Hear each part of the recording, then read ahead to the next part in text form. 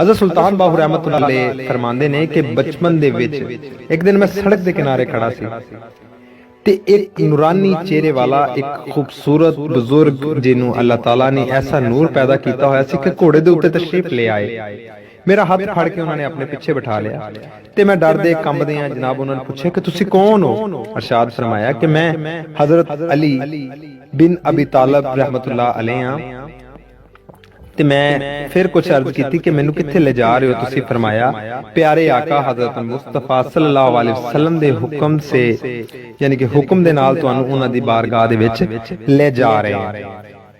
बारगाह रसालत सल्लल्लाहु अलैहि वसल्लम दे विच जिस टाइम मेरी हाजिरी हुई ते उत्थे हजरत सैयदना अबू बकर सदीक, हजरत सैयदना उमर फारूक आजम, हजरत सैयदना उस्मान गनी रजी अल्लाह ताला अन्हु भी उत्थे जनाब मौजूद सी।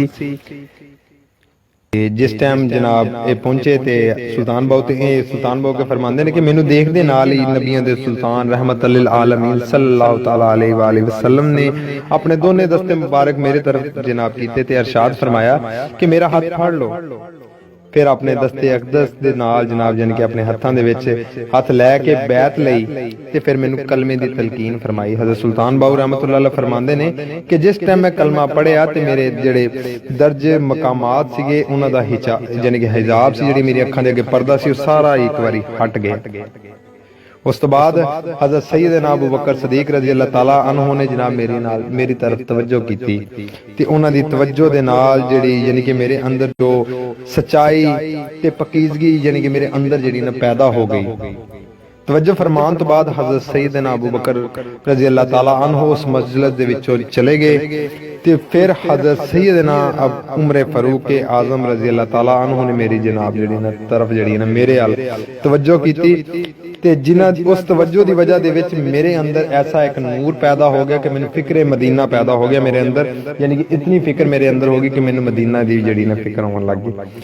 ते आप रजी अल्लाह ताला अन्हु ने उस तो बाद रुखसत हो गए यानी कि हजरत उमर फारूक आजम रजी अल्लाह ताला अन्हु जनाब जदों उन्होंने अपना जनाब मेरे अंदर जनाब मेरी तवज्जो हटाई उस तो बाद वो चले गए। उन्हां तो बाद हजरत सैयदना उस्मान गनी रजी अल्लाह ताला अन्हु ने जनाब मेरी तरफ तवज्जो की। उन्हां दी तवज्जो करन दे नाल मेरे अंदर हया दा एक जनाब जो है ना नूर पैदा हो गया, सखावत दा नूर पैदा हो गया। ठीक है। उस तो बाद वो भी इस नूरानी मजलिस दे विचों चले गए।